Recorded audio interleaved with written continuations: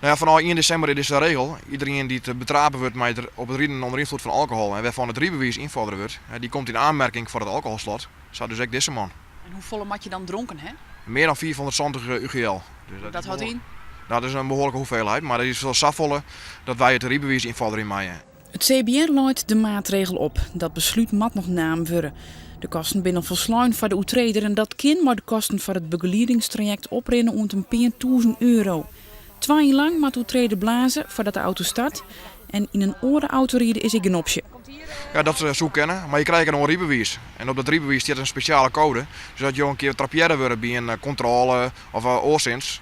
En je zit net in de auto met het alcoholslot, ja, dan heb je wel een groot probleem. Want bij een oetreding in die 2 jaar wordt het rijbewijs voortdurend voor 4 jaar innaam. 2 jaar lang een alcoholslot is net niet, weet ik Frans Dam van Boetenpost.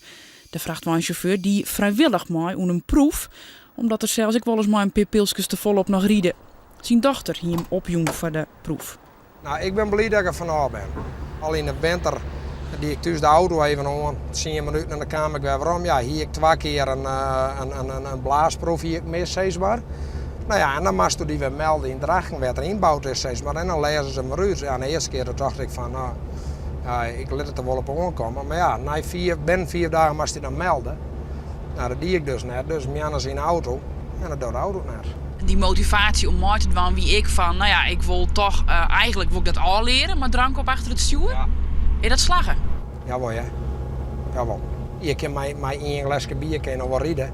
Ja, maar het is net met saus voorheen dat je wel eens meer hier en dat je toch van, ik ga maar weer naar huis staan. Dat is wel verhoren, zeg maar. En dus, Maar ja, er is nou geen alcoholslot meer op de auto, dus het zou kennen. ja, het zou ze kennen, maar ik bedoel, ja, je ziet nou zelf wel, je hebt je werk er echt van.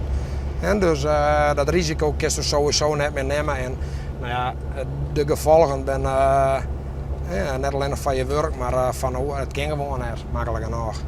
De man van Noordburgum had dus de twijfelachtige eer eerste Fries te worden, maar zijn alcoholslot.